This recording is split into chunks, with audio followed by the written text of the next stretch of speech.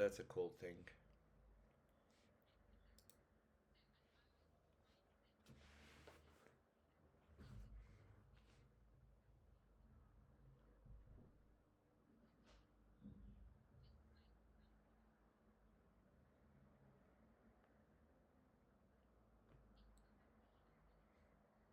Yeah, I am. I'm fully at your hands.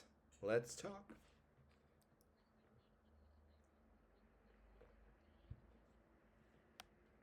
We'll see the format and we'll decide. So it's okay. I have nothing to hide, so I'm free to talk.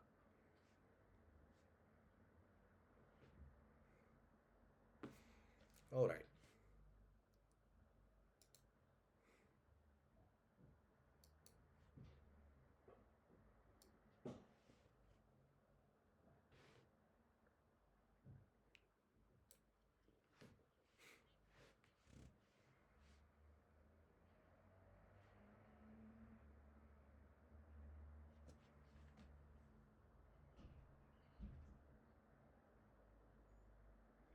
It's a simple, quite simple. I'm not a regular person for this industry. I'm quite new in it. I'm actually a little bit more than 1 year.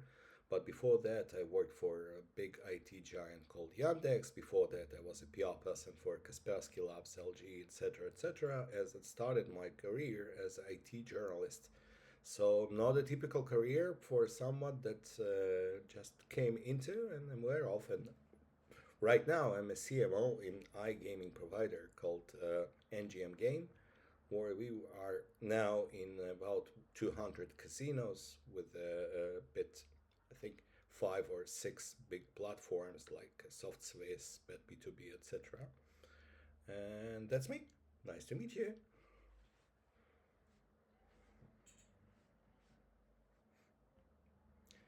My end was actually to try to build the brand. That's why I have began in the game provider as more than brand manager and less than just a PR guy or CMO.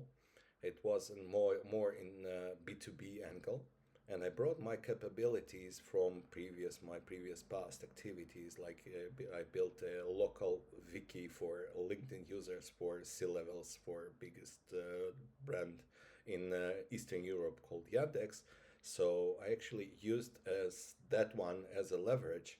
So as my being evangelist for AI activities in marketing in Yandex, and used another activity to to bring more attention to my brand and to me, in person brand.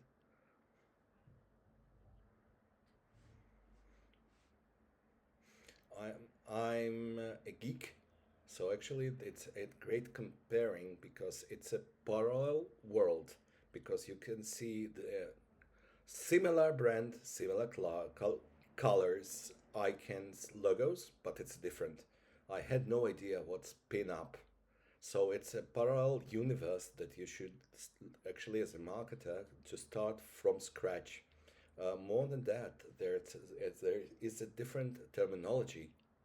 So I'm a frequent learner. So I actually made myself to learn another activity from scratch. What is FTD? What is something not typical for regular IT marketing and regular product marketing that you used to? So you actually looking around and start to achieving. There is a greatness of iGaming that you can deliver to the world because for now, according to the amounts of money in it, accounted budgets, and even salaries are a bit similar to Mang, Meta, Amazon, Google, etc. But it's really old school industry because in all of North, there is no similar CRM we all work with. There is accountants that working with Excels in the world with ERPs, etc. So regular marketers or regular IT guys that coming into industry, they can bring a lots of innovation and they have a plenty what to give to it.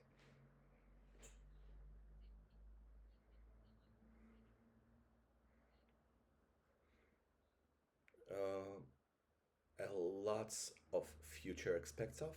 lots of innovation, lots of future that something who has the will to get into and grow, that gives you the leverage to grow from scratch to eternity.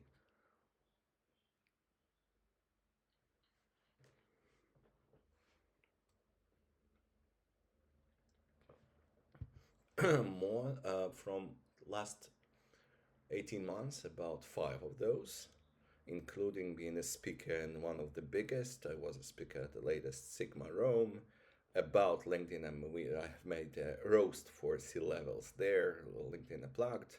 Well, you all invited for the another chapter because a lot of people asked for a sequel for that, so it will be planned soon. More than that, you are invited to join us as one of the candidates. Uh, I then started, my first one was in Malta, I think. First Sigma, then Dubai.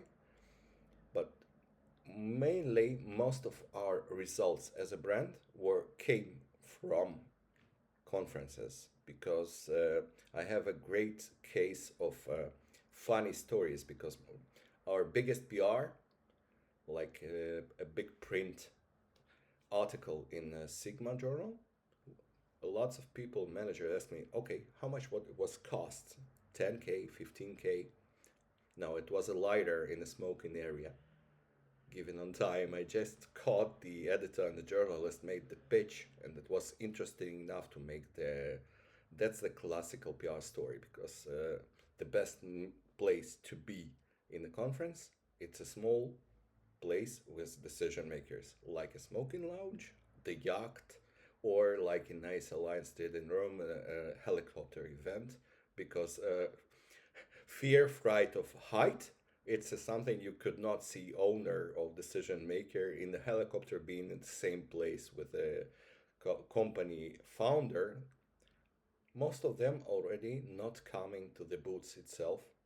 They are located somewhere near the event, but the chance for small company to catch up with the founder or CEO of big brand of corporation, it's really low. So if you're coming to the conference, make sure that the meeting there with the decision maker is already approved and not just going to the booth.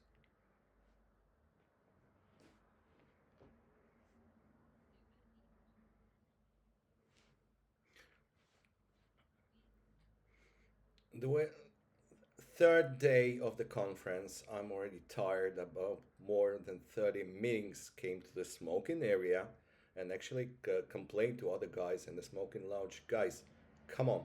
Only guys from crypto, only guys from fintech, no casino in it. Where can I find it? Okay, the first one, oh, come on, I'm here. And the card was CPO, big holding. I was looking for about 1 year. I looked for him with managers, with secretaries, non-existent meetings. Actually, could the place I couldn't find it after 3 days was in smoking lounge. Once again, we came to this as the best place to be the conference itself. Uh, I I actually now can say the conference is the best places to meet, more than just online meetings, and more than that, to it's not always you can count on direct conversion. You just start networking, start meeting people and talking to people. It brings you the conversion in the end. But all conferences, this is the industry for marathon runners and not sprinters. If you're looking for direct conversion directly, it's not always correct. If you're a long distance runner, that couldn't bring you the results you're up to.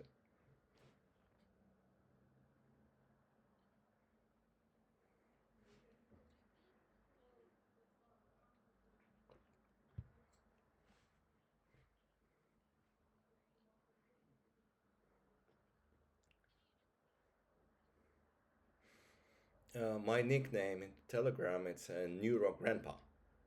This is industry about youngsters and someone that's more than 40 years old is already an old guy for them.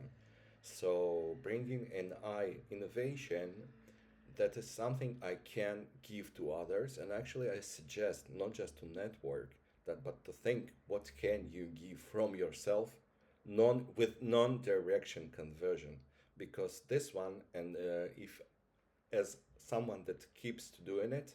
I might now doing it one prompt a day. It's actually a heavy burden for me to do it day on daily basis.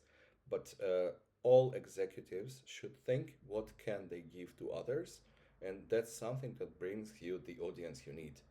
I'm not directly as a marketing guy, directly for on the prompts guy or only the AI, but everything I could give that is something I kept for myself. That's a Narnia closet that I could open to the world. So I thought, the heck with it, I can share it to others, and it seems to be a something interesting project. A lot of people are interested into. I see the comments and I see something that's actually brings the attention I need and my brand needs.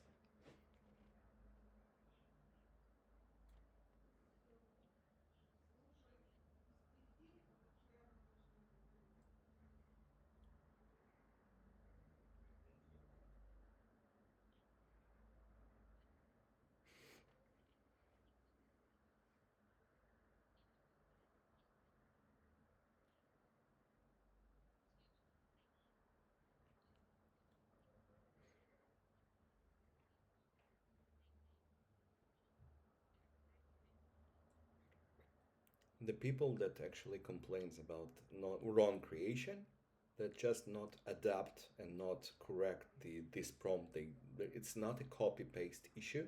It's always a constant generation, constant working on it, because the growth of AI does not gives you. It's not. It's only an instrument. It's not a subsidiary for your brain and for your creativity. So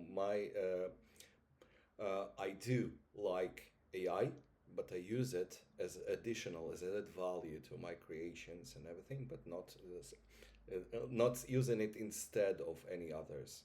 So even in my work in the games, it's about 30 to 40% of our generation, creation, automations, etc., made by AI, but still there is a brain behind it. Someone, I think, a couple of years ago asked Sam Altman, creator of OpenAI ChatGPT, uh, would ChatGPT fire me from my job? His response was, ChatGPT would not fire you from your job. Person that actually controls ChatGPT could. So always use it, and it's not just a hype, but it's a full area to research. And I actually don't treat myself as AI expert. I'm not. I'm someone that use it as a proper tool. I'm into it as a hobby, but it's not a full my expertise as a specialist. Try to find people that thinks more over than just using for image generation, etc. Try to work with people that work with machine learning, with coding, and more than that.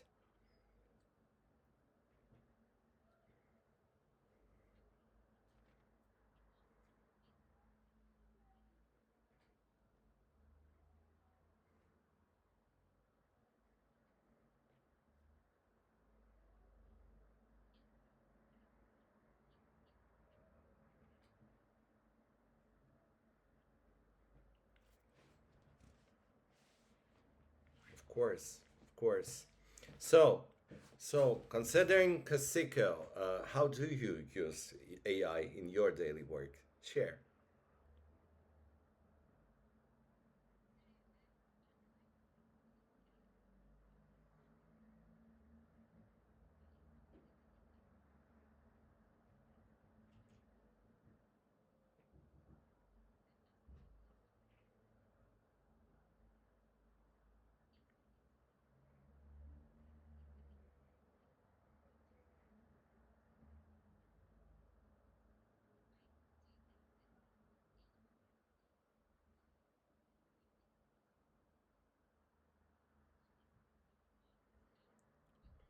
Stupid people will be sound as stupid people always, because in the wrong hands, they will discover themselves, because you cannot act smart all the time. By the way, considering conferences, what is the interesting, strangest situation that you brought from a conference at all? Yeah, being as in Casico in the conferences, what is the the most interesting situation that happened to you? Ah, okay. And the previous one?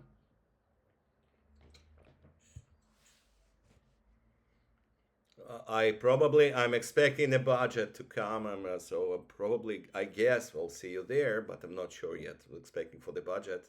More than that, we'll. I'm actually betting on creating another interview in live because all of Russian-speaking media, according the casinos, actually asked me to write to English speakers and to translate it everything. You're more than invited. Am I there? You bet. We have another interview in Russian. So of course we'll do it in English, but it's be translated everything. So you'll see yourself speaking with Russian subtitles in some period because most of Eastern European activities, and in most of the conferences, a lot of Russian Ukrainian speakers there. It's more than interesting. I know what's that. That's what interested for that audience.